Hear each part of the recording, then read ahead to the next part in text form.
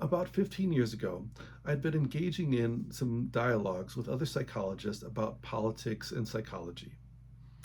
And around this time, I'd been exploring the stages of conflict and ways to apply stages of conflict.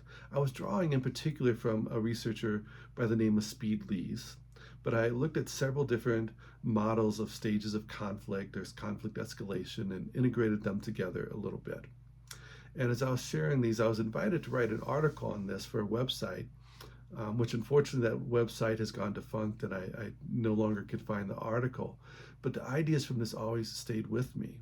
The model that I developed, again, is closely developed to Speed Lee's model.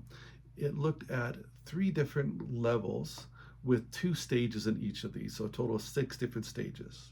In that first level, the first stage really focused on individuals putting out their own position and articulating their own position. And then as the conflict increased a little bit, it moved to defending one's own position. Then as we go to this next level, the next level first comprised on defending one or on attacking the other person's positions. And then as the conflict increased, attacking the other person. And then as we get to this final level and final two stages, it really was about trying to hurt the other person. First, maybe their reputation, their career, things such as this, and then maybe escalating to wanting to physically hurt the other person. The thing that I found fascinating is that a lot of the political election cycles really followed this stages of conflict. As politicians first emerged with their candidacy, they often tried to really articulate the ideas that were important to them. And then over time, they were defending some of those ideas, staying in that first level there. But then as the campaign would go along, they would start critiquing the ideas of the other person and then critiquing the other person. And as the conflict continued, it often would reach at least a little bit into this third level of trying to really attack the other person in a way that would hurt them and maybe hurt their political career. One of the things that I was exploring, just as a thought experiment here, was the idea, with politicians going through this, could they be, in essence, role modeling violence towards the general population? For politicians, I argued, they have a lot of resources, both personal, generally, if they're going to get to a place where they can run for a public office. Generally, they're going to have certain personal resources about ability to present themselves well and manage their emotions. But also social resources, people to help them kind of vent, process things, think through what they're going to say, keep them in check so that they don't maybe go off the rails more than what they intend. For many people that are not politicians, they may not have some of these same resources and they may not have some of the same incentives as well to present well. Because if, for a politician, historically anyway, if they ran off the rails too much, that could really end their political career. But for other people, they may not have the same consequences. And we would see this with politicians. For a long time, if they went too far, if they got to the point of name calling, if they got to the part of being too personal in their attacks, if they got to the point of threatening anything, that their political careers were basically done. Well, around 2015-16, this began to change, where we started seeing that politicians could start to say and do some things that before would have ended their career and no longer would. But again, so to kind of come back here, for the politicians, historically they've had a lot of these things to kind of keep them in track, and that still maybe do, even if it's not always used to the same degree, because we are seeing politicians engage in much poorer behavior more frequently than what we would see even 10 to 12 years ago. This has really changed. But if politicians escalate through to these, level 3, the 5, 6 stages of conflict, the resources are probably going to keep them from acting out quite as much. But some other people, particularly young adults and adolescents and others that may be witnessing some of these escalations in the stages of conflict over time and escalation of behavior, may not have those resources. So you put some of these other individuals at the same level of conflict as the politicians, And might they act in some different ways? Well, certainly, this is something that I think is quite plausible. So I was playing with the idea, again, that our politicians potentially role modeling a type of violence that could translate into either emotionally or potentially physically violent behavior in people. Well, I think what we've seen since 2015 and in particular since 2020 is absolutely yes, this does happen. And there are ways that politicians are violently, are modeling violence, even maybe promoting violence, and this either emotional or physical. Certainly, what we've seen is an escalation in name calling and personal attacks like we've never seen before, questioning intelligence, name calling that we would not expect to see. And this is really quite abhorrent. And what we're seeing often is a lot of people justifying this behavior. This is something I talked about in a previous reflection about our politician role models. And I would argue absolutely they are, whether they want to be, whether they should be, they are role models and they are influencing people and they are influencing behavior. And what we're seeing is problems both in the politicians' behavior, in their inner circles behavior in allowing for this, and in the general public in allowing for this. And instead of what used to be, if a politician would cross that line, typically people, even from their own party, are going to call them out and say, hey, that's too far. We're seeing less and less of that. What we're seeing instead is more and more justification of this.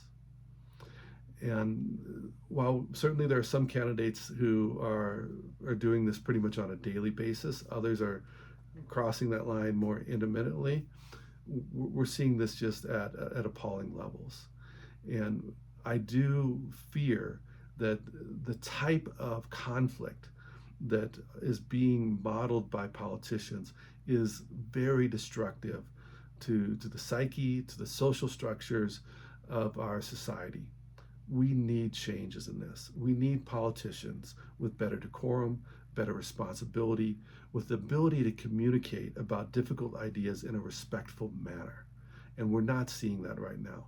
But we also need other politicians that are willing to hold their colleagues, including their colleagues in the same party, accountable. We cannot allow this to continue to escalate in the ways that it has in the last 8 to 9 years. It has escalated at appalling rates that is destructive to our society, and it's destructive to our politics. Honestly, I can't imagine that other countries aren't looking what's happening in United States politics right now and shaking their head and even smirking and laughing. It is embarrassing what we're seeing. And the politicians, I think, as the leaders, as people with power, those who have much power, have much responsibility, they need to be taking the lead in this, particularly the candidates that are getting the attention for these behaviors that really are abhorrent behaviors sometimes. We need accountability there. We need accountability from colleagues. We need accountability from the media. We need accountability from the general public. I think we need to go back to where if politicians cross these lines, unless they're willing to take responsibility and change their behavior, it should be the end of their political career. A politician that makes a career out of name calling others and attacking others should not be in public office. It's not good for our society to allow such things like this to happen. Certainly engaging in debate, even rigorous debate, is a good thing. And we want to encourage this. But we can do that in a respectful way. We can respectfully disagree. I remember John McCain, when John McCain had someone in a town hall that he was in ask a question in which they misrepresented his opponent dramatically. And John McCain stopped the person, took the mic, and said, no, we just disagree. My opponent is a good person. We just disagree vehemently at times. That is a type of role modeling from politicians that we need. We need to be able to vehemently disagree and do it in a way that respects the humanity of the person and the humanity of the people that disagree with us. and not seem to demonize them that disagree or demonize people that try and hold us accountable. This is not going to be an easy change. I think it needs to start by that accountability.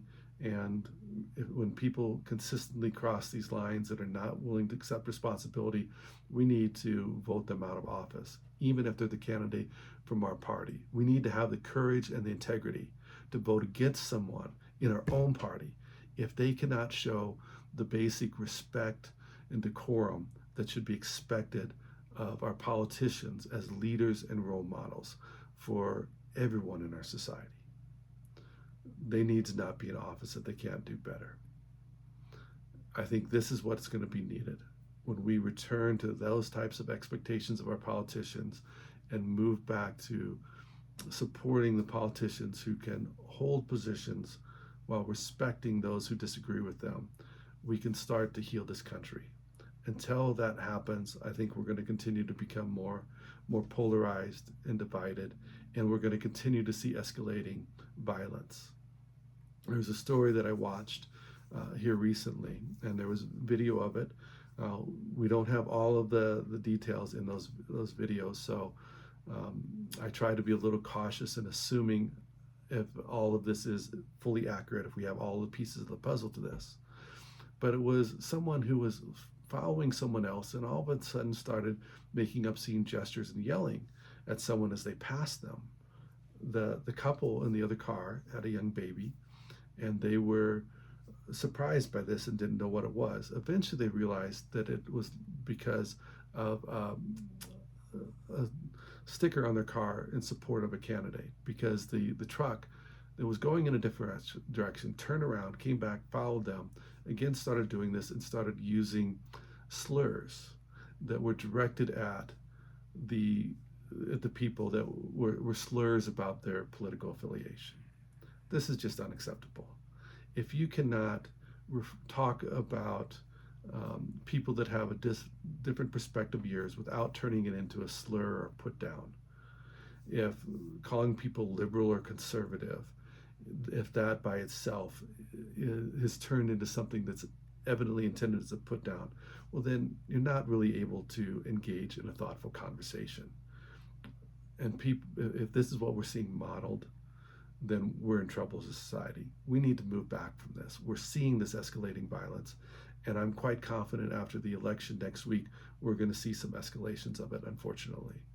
But if we can respond to those escalations by coming together and condemning the more extremist rhetoric, particularly the name calling, the personal attacks, all of these different things, if we can start coming together to say at a united level as a majority, we're not going to get everyone, but as a majority, that this behavior is unacceptable, then maybe there's some hope that we can start to come back from this.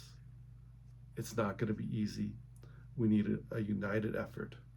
We can disagree. We can even hold rather extreme positions and disagree respectfully. We need to be able to do that. So I hope that you will join me in trying to pursue being able to have political discourses that we're proud of and holding politicians accountable to have the type of discourses that are able to help us grow and advance and heal as a country.